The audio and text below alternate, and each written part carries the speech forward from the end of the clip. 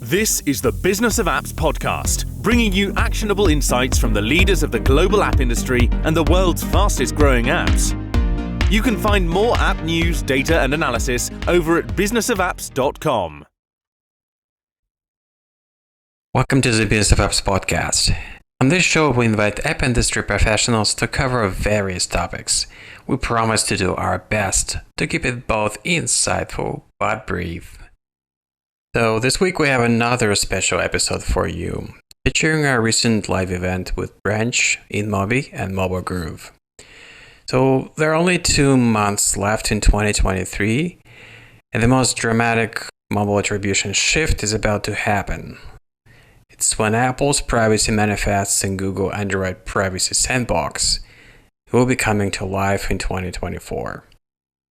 For many mobile advertisers, it is still uncharted territory, so we've summed up experts from the leading mobile marketing and attribution platforms to share a strategy to tackle this looming challenge. So it was hosted by Peggy and Salze of MobileGroove, and the guests were Landis of Brach and Serra of InMobi DSP. It was a great conversation, a lot of hands-on, insightful suggestions for you, actionable things to do to be ready for this drastic change, and make sure you will not be suffering being unprepared. So without any further ado, enjoy. Absolutely. We're ready to rock and roll, James. Thanks so much, first of all, for inviting me to moderate this very exciting session, because we're all here to learn, and what better place because we've got the experts for it. As you said, James, I'm Peggy Salze. I'm your host today, your moderator. I'm the founder of MobileGroove, and we're looking at fingerprinting because, hey, fingerprinting, yes, it was the workaround many marketers used to arrive at the best guess about ads that drove user actions and make that connection. So right way, wrong way, who cares? It's disappearing. That's the point. And so marketers are confronted with the question, hey, what do we do next? How do they prepare? What do they do to succeed with the data they have? And is it maybe an apocalypse? Apocalypse? Pun intended? No, not really.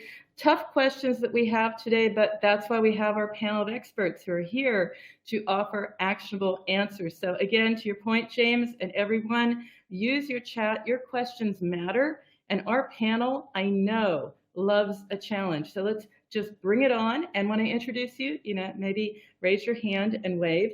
So I'll kick it off with Adam Landis, head of growth at Brach, with the brand behind him, looking great. Adam currently serves as head of growth at Brach, as I said, where he spends his time with customers, partners, and product teams, helping steer the company's focus amid, as he puts it, the chaos of the mobile market. He's seen it from all sides, and late last year, his company, Ad Libertas, was acquired by Brach, where he spent 8 years as CEO building it up. And we did an interview, actually, at the time that news was announced, back in October. And this webinar is a bit of an encore on that because, Adam, you foresaw much of what we are discussing today. And a little bit of a personal note, well, it marks Adam's 14th year in mobile app advertising in 2024. Over that time, he spent a lot of time on the buy side, the sell side, the data, the analytics, and measurement as it is now. May sound very complex to you, but that's the thing about Adam. I think he thrives on it. His guilty pleasure, constant change, which may give some of us headaches out there, well, he thinks it is what keeps life interesting. So we're looking forward to an edgy and interesting conversation with you, Adam. Welcome to the webinar. Thank you, Peggy. Great to have you. And as I said, edgy. We're not over-promising here. Sergio Serra, product head of InMobi's DSP. Sergio, hello. He oversees the demand-side proposition for performance advertisers, which is probably best known for leading the market on innovation around Apple's ScanNad network. He'll be talking about that, of course.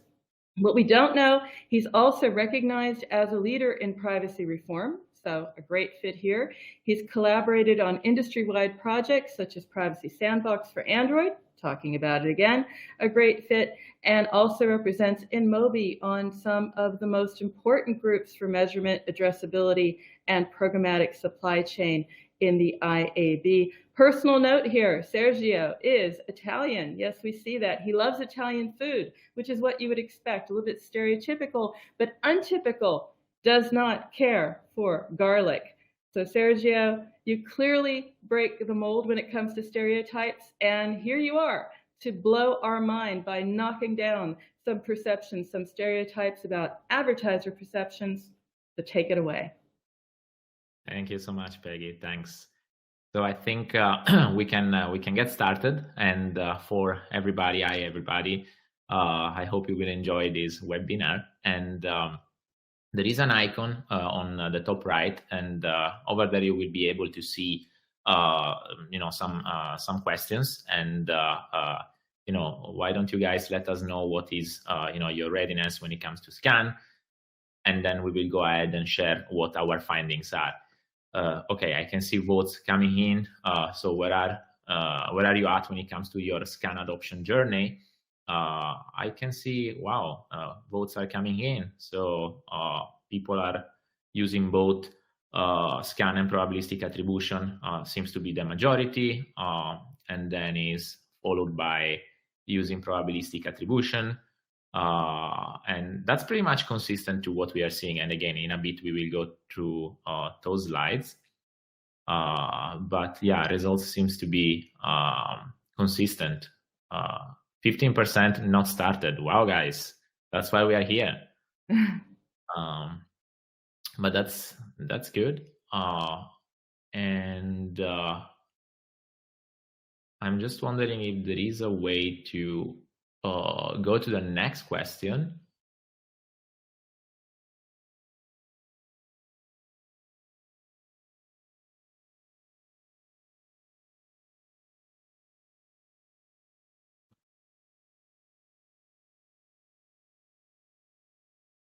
Sergio with the cursors should take you on to the next. Has that worked? Yeah, there you go. Oh. Okay, perfect. Yeah, I was just checking if the new question will also come on the right. But okay, so I think we can get started. So at InMobi, we partner with advertiser perceptions, right, to survey roughly 250 performance marketers, and the questions are the same as the ones you guys are seeing on screen on the right. And I think the very first interesting finding is that 53% of the people are using both scan and probabilistic attribution. I know that the majority of the audience here will know what probabilistic attribution is, but we will zoom into it in a bit. Another 19% is using scan as the sole source for attribution, but then a whopping 27% hasn't started to play around with scan and is majorly just using probabilistic attribution. Now, when we go into the whys, right? So why are people using probabilistic attribution over scan, for instance? Keep in mind these a multi-option question. So the majority of the people, according to our survey, is stating that it's just easier for them to keep going with probabilistic attribution, which is something we can understand because it's less disruptive in nature. Then the second reason is that scan performance is lower and costs are higher. Then scan is too complicated. And finally, another 21% of the people said, scan doesn't give me visibility into ROAS. So I think nothing really surprising as far as the results are concerned, at least from my end. That's exactly what I would expect. But then when we go to the next slide and the distinction between probabilistic attribution and fingerprinting, interestingly, just half of the people know that probabilistic attribution may be considered as fingerprinting. But another one third essentially is really saying that I'm not aware that fingerprinting is actually that fingerprinting is considered as probabilistic attribution. And finally, 17% is unaware of what fingerprinting is. And that's exactly what we are going to fix during this webinar. Now, going into the next slide, when we go to trying to understand whether people know that Apple is planning on cracking down on fingerprinting, right? And what they are trying to do. Well, people say that, in like 20% of the people say that they are familiar, they are very familiar, 36% somewhat familiar, and then again, almost another half is in between aware of the changes, but not very familiar, and finally 16% is not at all familiar with the changes, right? So with these, we can actually go to the $1 million question, which is, hey, what strategy are you going to adopt when it comes to scan, right? In 2024, essentially. So 27% of the people plan to fully move to scan attribution in 2024, and a whopping 60% is actually adopting a wait and see approach. In that they want to be reactive, essentially, right? Based on what Apple will do, they will course correct, which is something we will normally not really endorse from our side, because we would like people to be, of course, prepared as soon as possible. And then, 14% of the people are just stating no plans to shift strategies at this time, right? So I think now with this out of the way, we can try to understand a bit more what fingerprinting is, right? And maybe we can also draw the connection with probabilistic attribution. So essentially, probabilistic attribution is one way of using fingerprinting. And fingerprinting is coming into picture whenever you don't have a deterministic ID to actually tie back to a user. And what fingerprinting involves is to essentially take some supply signals, so some data signals that can be concatenated together from the user and used to create a key that tries to identify the user across websites or apps, even without a specific device ID. So let's look at these data points. For instance, you have the IP address, you have the handset, you have the storage space, you have the user keyboards, right, on the phone. So the trade-off here is, of course, the more data points you add to this fingerprinting key and you concatenate together, the more reliable this is in terms of identifying one-on-one a user. But of course, the more data points you add, the less durable this fingerprinting key is, because, for instance, the disk space might vary, in a matter of hours or days. Same thing for the IP address, right? So again, the whole takeaway from this is that fingerprinting is a way to still track the user, even in the absence of a device ID. Now, let's try to understand why fingerprinting is on the chopping block today. First thing first, as is very easy to think.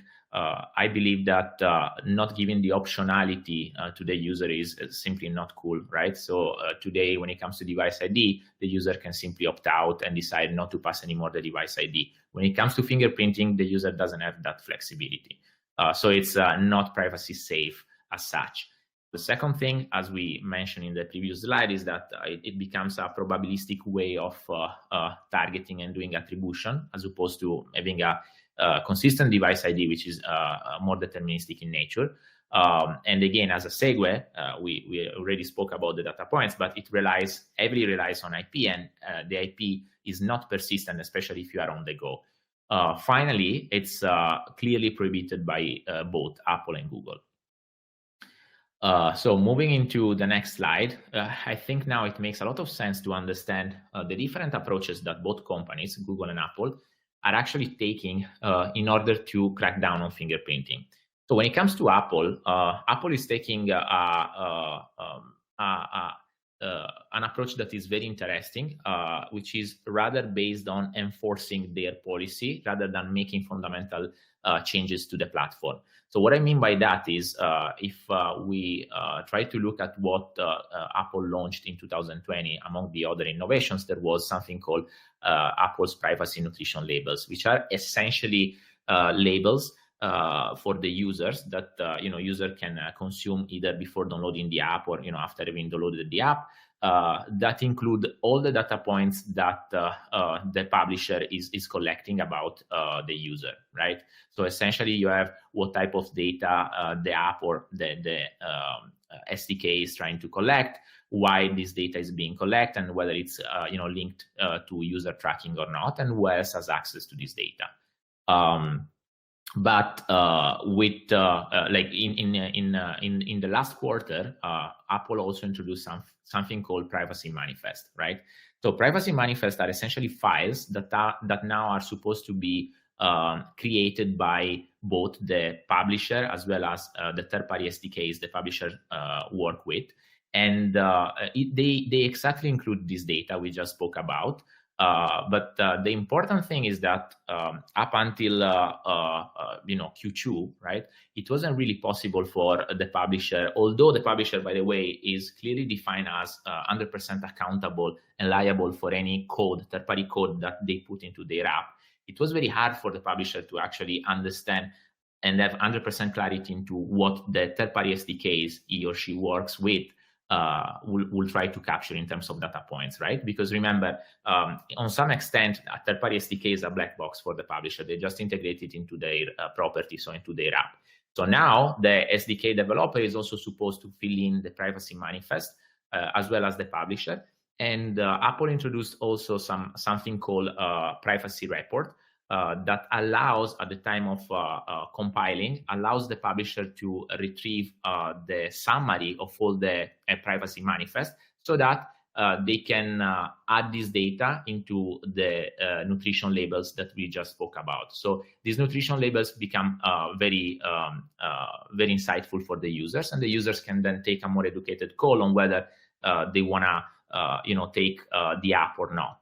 There is also another addition, which is required based on APIs. So some APIs that are, that belongs to the platform, so to Apple in this case, are deemed to be high risk for fingerprinting by Apple. So an example can be, checking the last time the system was rebooted, or the disk space, as I was mentioning, or the different active keyboards, right? So now publishers and SDK developers will be still able to use those, but they have to justify within a list of potential reasons why they want to use this API. So for instance, if you are downloading as a user a Torch app, right, a Flash app, do they really need to check your disk space or the number of keyboards you really have, right? So as a user, you can now look into this data and see and think about whether this actually resonates well or not, and take a more educated call on whether you still want to have that app or not. So that's the gist of this word release from Apple. Now, on the other end, we have on the other side of the spectrum, actually, you have another approach that is more fundamental when you think about it, right? And essentially, what Google is doing with Privacy Sandbox and specifically SDK runtime, they are trying to take the SDK out of the publisher app so that it can operate in a more siloed environment. So let me just elaborate. Before zooming into this, we need to understand that Android inherits something called app sandboxing from Linux. So what this means is that every app will essentially be given an ID, and it will be given a specific capacity in terms of memory and storage, right? Up until today, whenever an app developer includes an SDK into their own app, that specific sandbox and so memory and storage are shared across the SDKs that the publisher decided to work with. Now, with SDK runtime, what will happen is that SDK will be given by Android a different runtime environment, right? So the publisher will be gatekeeper on that extent, and finally be able to decide the permissions that the third-party SDKs can get, instead of automatically inheriting those permissions from the publisher. Because remember, until today, SDK plus app live in the same sandbox, right? Live in the same runtime, essentially. So that's a very fundamental change, and I would say slightly more complicated than what Apple is trying to do. Now, just to conclude, let's look at the timeline, right? So Q3, which is the previous quarter, is when Apple announced Privacy Manifest. In Q4, Apple will start sending emails to developers, highlighting, whether there are unjustified calls to these required reason APIs. And then in Q2 2024, the expectation is that Apple will begin the enforcement of Privacy Manifest, right? So it will be mandatory. And after that, it will be more and more difficult to do fingerprinting. As far as Android is concerned, they presented Privacy Sandbox for Android. Google presented Privacy Sandbox for Android in February 2022. Then they announced SDK runtime. And what we can probably speculate is that in 2024, they will also start, making more available at scale these functionalities, including SDK runtime. So like the availability of a permanent advertising ID, like the GI ID, or semi-permanent, I should rather say, will become more difficult, most likely. Okay, so I think before going into the Q&A, I just wanted to reiterate that we, InMobi as a company, we are here to help and essentially to help you guys, marketers and advertisers, navigate to the difficulties of these privacy innovations, which are in multiple ways actually positive for the whole ecosystem and the users, right? So you can come to our website, download our guides. And for any further clarification, right, you can simply hit us up at performance@inmobi.com. And with that, Peggy, I think I will hand it over to you for the Q&A session. And you are on mute.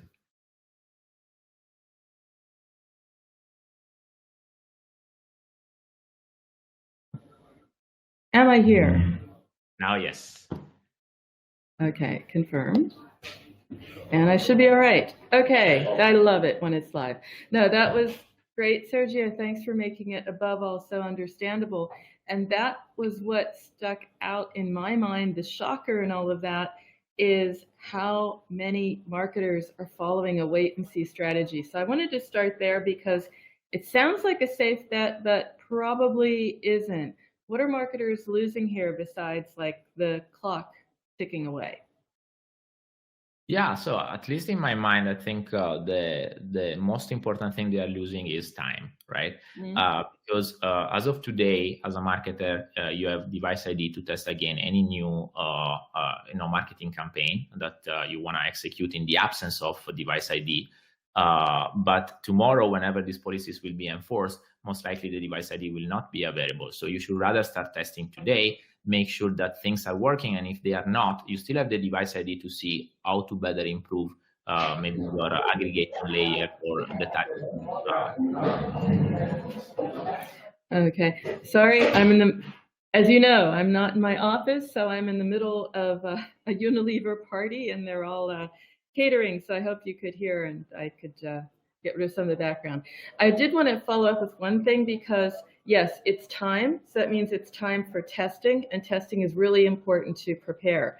And I guess we could all argue that we lost time and adoption's been very spotty because of that. It's because of how SCAN was introduced, basically. How has SCAN evolved since its inception? Just to backtrack and be very clear on that.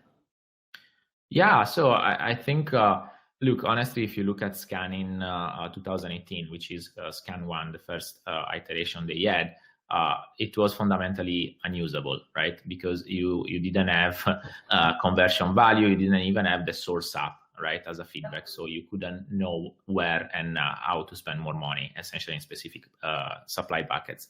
But I think Apple has been doing good iterative work. So SCAN 2 was really what moved the needle because they introduced the conversion value and some additional functionalities.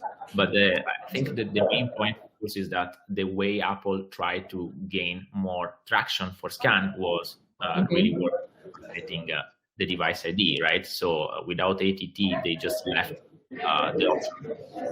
Now, is also important because gives you a sense of multi-touch attribution, right? Of course, in the previous version on Scan 2.2, they also started to support VTA attribution, which again wasn't there since inception. And I mean, with Scan 4, we are also seeing multiple post back and more granular data, of course, with some level of crowd anonymity tiers, which is their internal definition to allow advertisers to get more white privacy. But I think it's a framework that has been unusable to actually finally being in a very interesting shape. Okay. We are live, so we do have some questions here, and it's a great follow-up because you were just talking about how this was introduced. And so the question is from one of the attendees here, then how strictly do you think Apple will enforce privacy manifests? Will there be a grace period like we had in the past? And maybe you weigh in on this, but also you, Adam, because I'm sure you have an opinion on this as well. Yeah, I mean, my very quick answer would be that I don't think they will be as flexible because they are now allowing publishers to test as we speak. And then Q2 is when they will probably enforce this as per their commitments. So usually they are fairly religious to that, to those commitments. But Adam, I'm keen to understand your perspective here. I agree. I think that Google is more likely to delay on Google Privacy Sandbox, whereas Apple, when they make a decision, they go through with it. Now, any grace period that can or will exist is just going to be how strictly they enforce their policies. And the enforcement policies really are less going to be likely to give people a chance to catch up on fingerprinting and more likely for Apple to get their enforcement mechanism right. I do want to call something out. Now, Branch is an MMP, and earlier in the poll, there was a probabilistic equals MMP. That's not always the case, and your MMP may not be fingerprinting. Branch has taken a very staunch, non-fingerprinting, non-probabilistic approach. So don't think that just because you're using an MMP means that you can no longer use that MMP or you use measurement coming from your MMP. Yeah, thanks for clarifying that. I think it's definitely very important for people to understand that even within MMPs, right, you can access and get reporting on both scan as well as none. And then there are some MMPs like yourself that made a very clear stance on privacy. Well, there's three sources of measurement that's not including probabilistic. There's opt-ins, so any opt-ins you have, and that's like the silver bullet, both for privacy, but also for any kind of data policy protection. So any opt-ins you get, you can track users deterministically. You get information from your reporting networks, or your self-attributing networks, or your networks that have just regular reporting, and then you have scan reporting. And those three measurements together give you your sense of signal that doesn't violate Apple's policy. So there are data signals there, but our audience wants to understand, is it really therefore possible to measure ads only with scan data? And if so, how?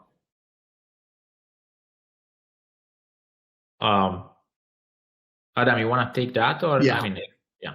So possible, yes. Recommended, probably not, because by nature, scan is built and designed to restrict the amount of signal that you get, so you can't link a user between the advertisement and where they install. So you won't have perfect measurements, so therefore you do want to increase your ability to triangulate where that user comes from. And when you are using scan, you will have to change the mechanisms or back into the scan framework, given the purposely built limitations, to take your end goal KPIs and back them into what scan's limitations allow. So for instance, we have a customer that has a 37-day subscription event that they optimize towards. On Scan 4, you can only do 35 days, and that's the absolute maximum signal you can get from install. So 37 days disallows them from using Scan. So what they've done is they've changed our KPI mechanism to say, well, you know what? Since we can't get measurement on 37 days, we're going to look at a proxy mechanism that will allow us to look at success signals that indicate a potential 37-day window or 37-day subscription sign-on. And looking at their app, they have it's a 7-day free trial. And then 30-day free trial that allowed them 7 days to go into this, which is why they're looking for 37 days. So instead, they look for a 7-day opt into the free trial, and from there, they can approximate that 37-day conversion event. And that's a mechanism that you can use for Scan to get signal out, to measure using Scan. But again, that's about using your KPIs and backing into how Scan will work. Again, a lot of questions here, so I'm going to go into them. I have my questions too, but they have ones that are going very deep in the weeds, and I think you're just the experts for this. So where does probabilistic assumptions from web server logs and API traffic fit with this mix? So again, those approximations, those assumptions. Who wants to take that? I'll try. Adam? So yeah, the probabilistic assumptions from web server logs API traffic. Now that can be generated from two ways. That can be generated from the actual MMP. So the MMP is actually doing the probabilistic assumptions, and this is just theory. I don't actually know this, but this is kind of like the generally held theory. The MMP is doing this to maximize signal coming out of this traffic. Now Branch, again, does not do this. So I'm talking just kind of what I would hypothesize. So the MMP would be doing that. And to the end user, they can basically turn, the end user being the advertiser in this case, they can essentially turn a blind eye and say, well, I'm getting measurement. I don't really need to worry about it. These are the people that are most at risk, because if you're just blindly trusting your MMP to deliver data and you have no idea if it's probabilistic or fingerprinting or not, then come cutoff, all of a sudden that traffic is going to either disappear or you're going to get booted from the App Store. Now, if you're doing your own log matching and your own web server traffic probabilistic matching, that's an entirely different ballgame. That means you're actively fingerprinting on your own, and privacy manifests, the APIs, the things that Sergio was talking about, are designed to preclude you from doing that. Basically preclude you from getting the information you need to probabilistically match. Now, in theory, it will restrict you. In practice, it's probably going to take a lot of workarounds to actually create. I'm going to go out on a limb here and say fingerprinting will be possible after this mandate. It will just become a lot more difficult to do. And if you get caught, which will be likely because there will be people trying to police this, you'll get booted from the App Store. So there will have to be a decision that the app makes, who's currently using probabilistic matching, whether they know it or not, to actually proactively go around the Apple policies, where today they can just look the other way. And I think that's the big indicator that we're going to see, is people are going to start to say, hey, what is my MMP doing and what do I need to do to prepare for it? Because your work, oh. You got it. Sorry. Okay. Someone got me now. I'm good. So I want to continue with that thought, Adam, because that's it. You're working with customers who are doing this, and you're seeing sort of who's doing it right, who's doing it the right way, the ethical way, also who's doing it successfully. Might not be the same thing. And those who are laggers aren't doing it at all. Maybe you can share some of the approaches, some of the strategies that each of these groups is following. Maybe start with the easy one, the successful ones. Well, I'm going to edit your question a bit and say ethical versus non-ethical. Since Branch only works with ethical customers. Okay. So I will say effective. Let's say people using Scan effectively versus people that are kind of lagging and falling back. So people that are using Scan effectively are really understanding the limitations the complexity gives them. They're leaning into what their vendors or their technology vendors, technology partners are doing to get around that. That's Sergio talking about what InMobi's doing, Branch talking about what the limitations are. And they're designing their campaign success criteria, campaign KPIs, to work within that framework. So I've mentioned the 37-day example. That's an example of someone who's changing their campaign APIs to work within Scan. And then another important aspect of success is being able to communicate within the organization the limitations of this effect.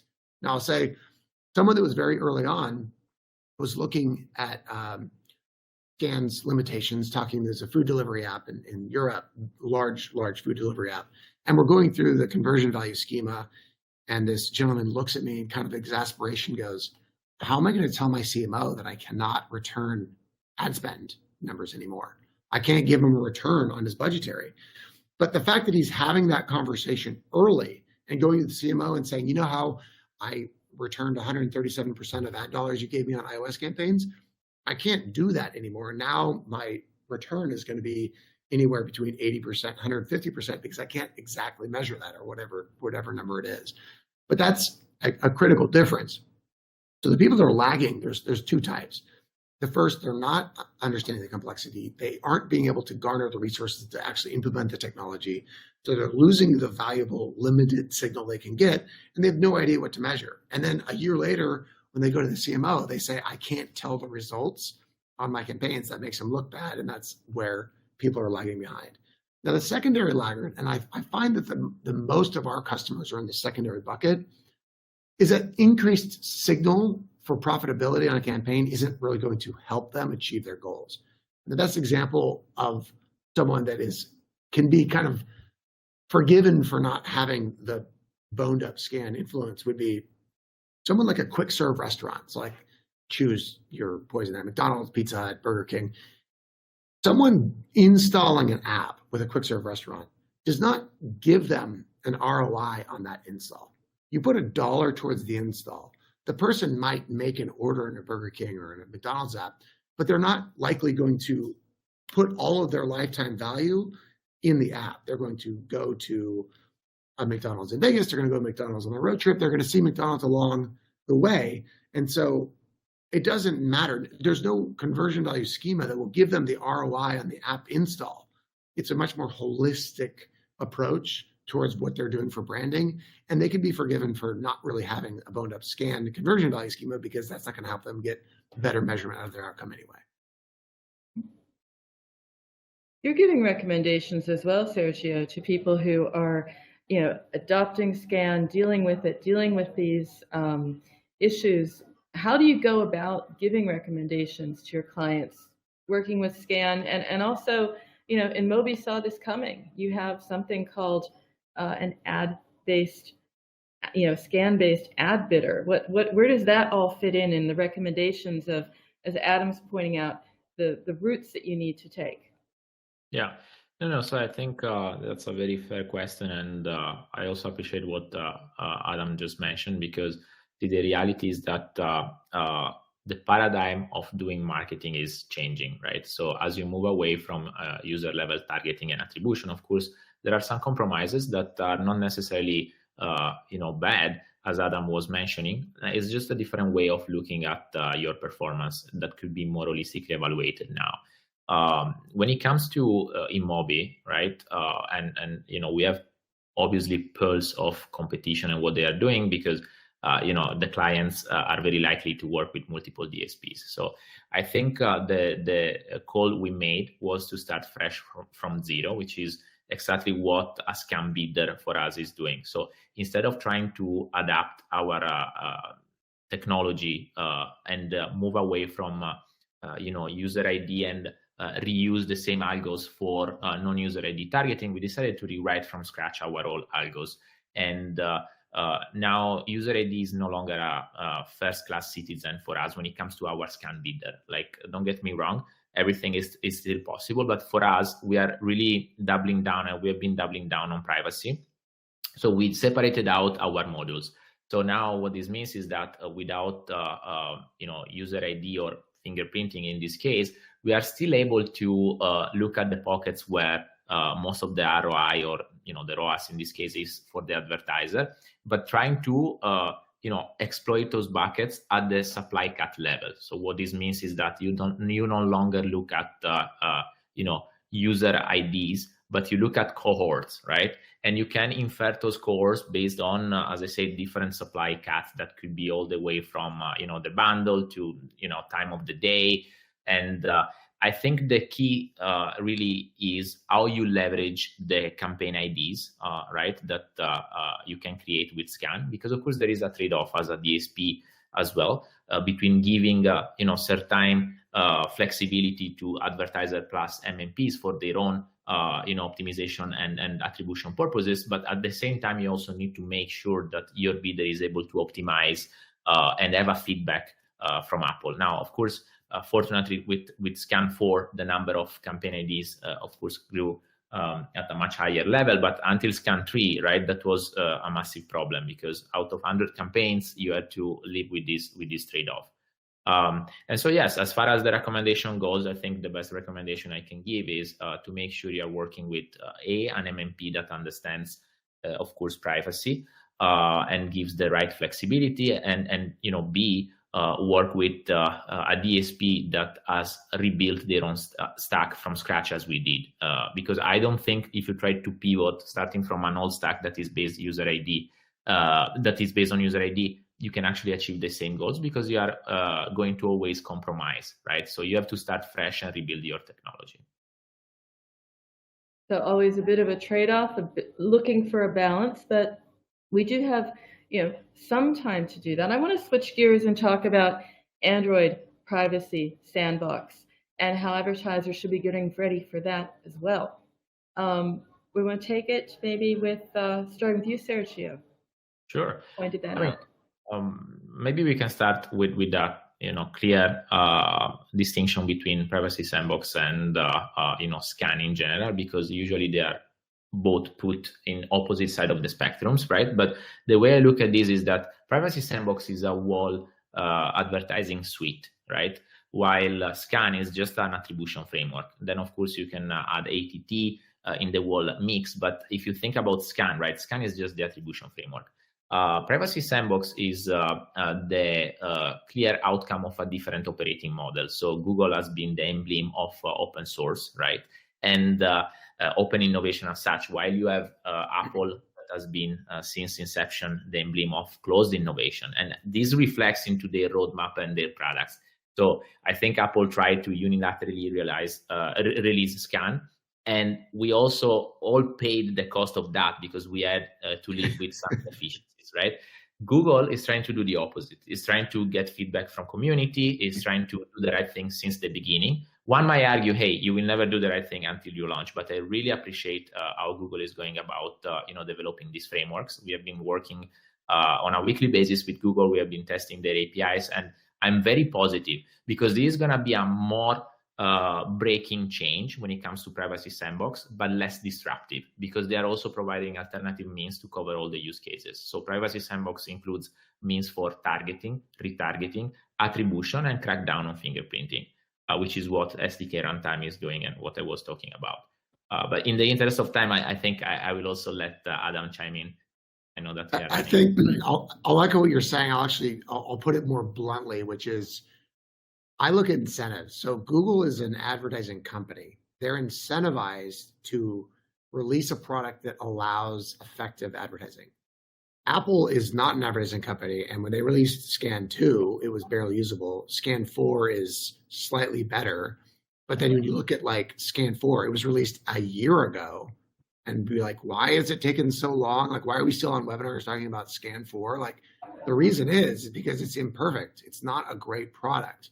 Whereas Google Privacy Sandbox will be a better product, but it's taking a lot longer to implement. And Sergio, if I go back to your previous point talking about your campaign IDs on Scan, that's exactly what I was saying, was to rely on your technology partners. What you were just talking about is the investments that InMobi is making to target better given limitations of Scan.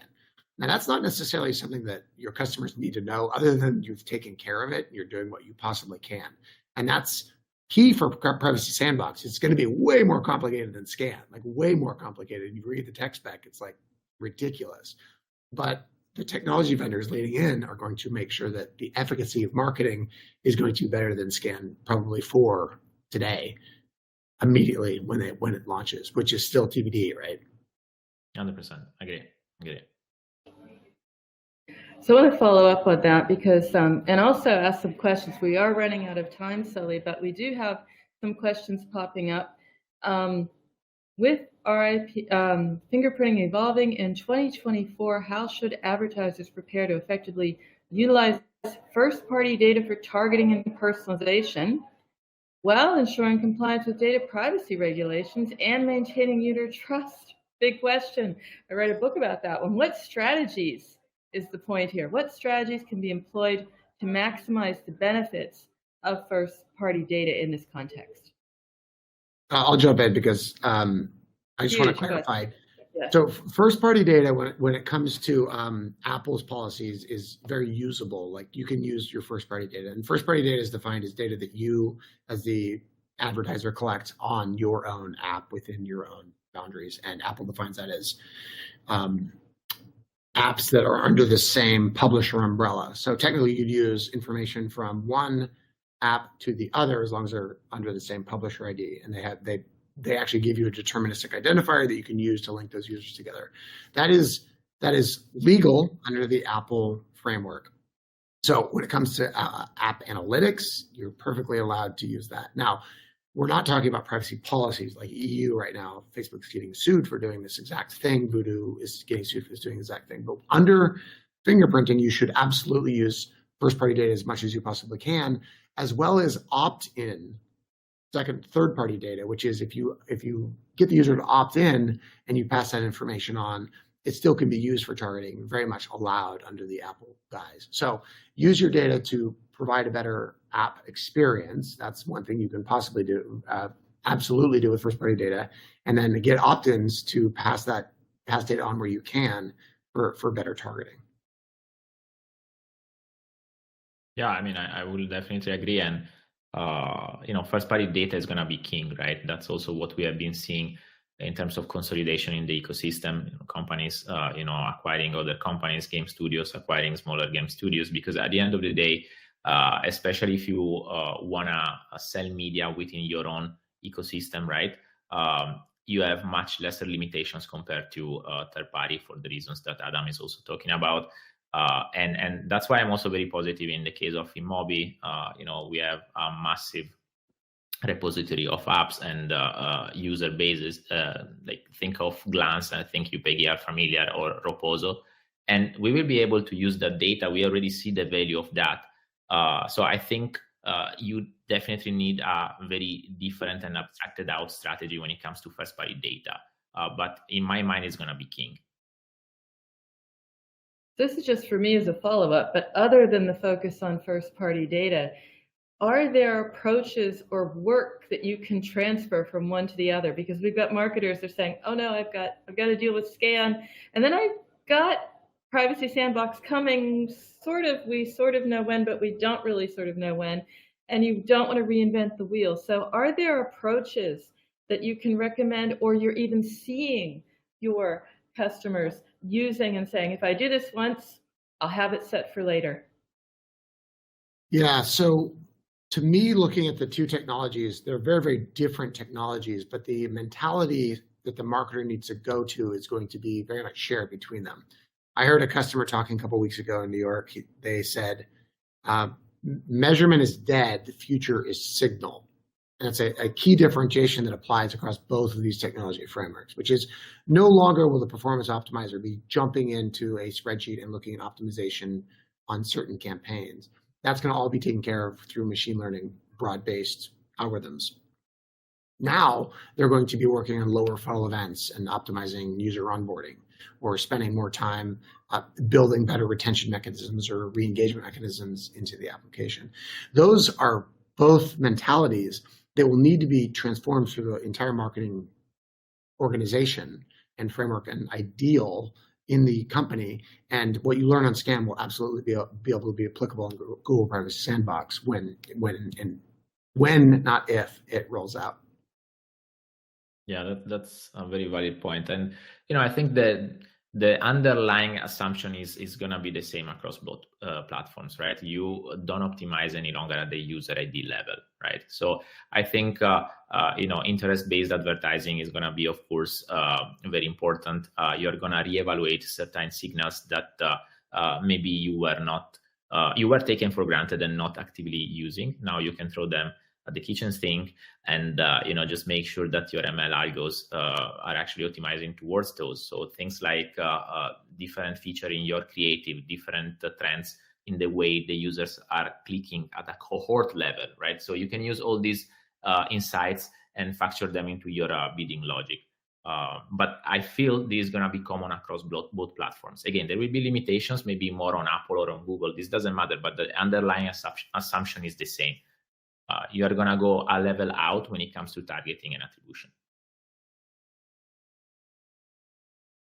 So I'm just going to look for a few last questions. We are going to get to wrap it up soon, but I'm curious, having both of you here, I have to ask you, imagine we're coming together in another 6 months and we're doing a webinar, maybe not entirely on this topic, but it will be still around this because it will still be very fresh. I mean, can you give me a view into how all of this is going to play out? Because I've been to conferences where they have the devil's advocate question, which is like, why don't we just wait and we'll do triple M, and it'll all be over and we won't have to, we'll just bypass it. And I'd love to hear what you have to say, starting maybe with you, Adam. Blunt answer to that. So media mix modeling is valid, but it's more correctly used for budgeting today. It doesn't have quite the, even with included incrementality testing, it doesn't quite have the optimization output.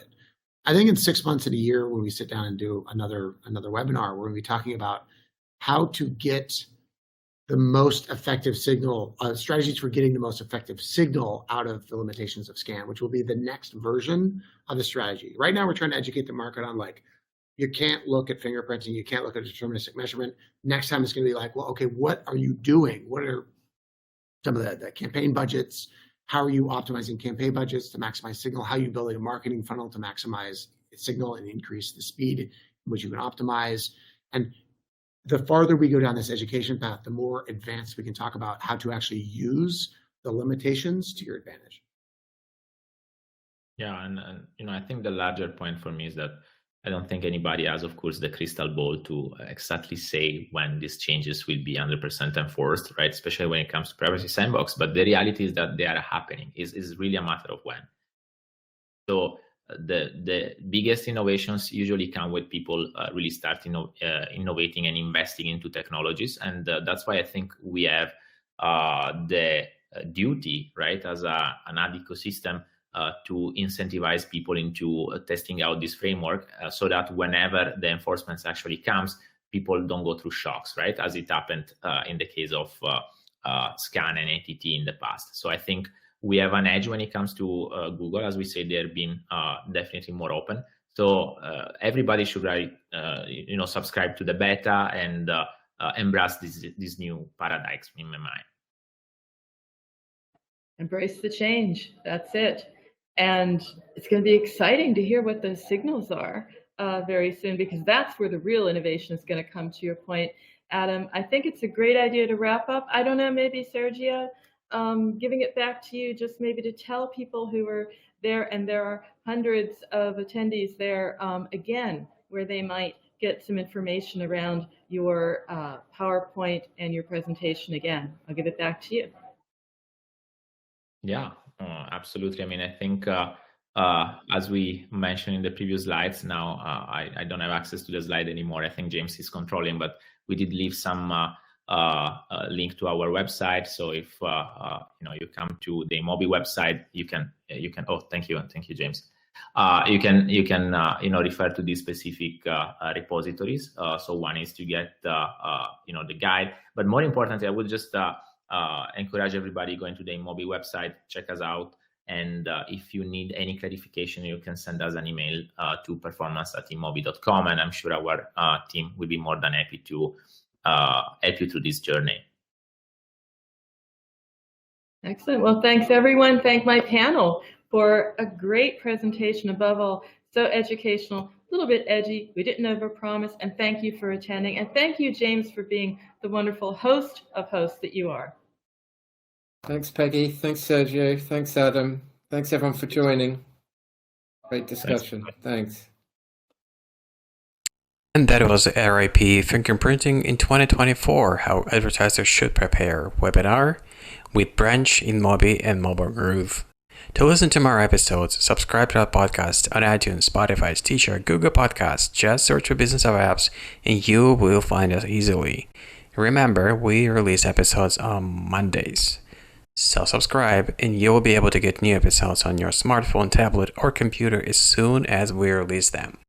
And please don't forget to leave us a review or comment on iTunes. It is highly appreciated. And our episodes will also be available on businessofapps.com. Thank you for listening. See you next week. Thank you for listening to the Business of Apps podcast. For more, head on over to businessofapps.com.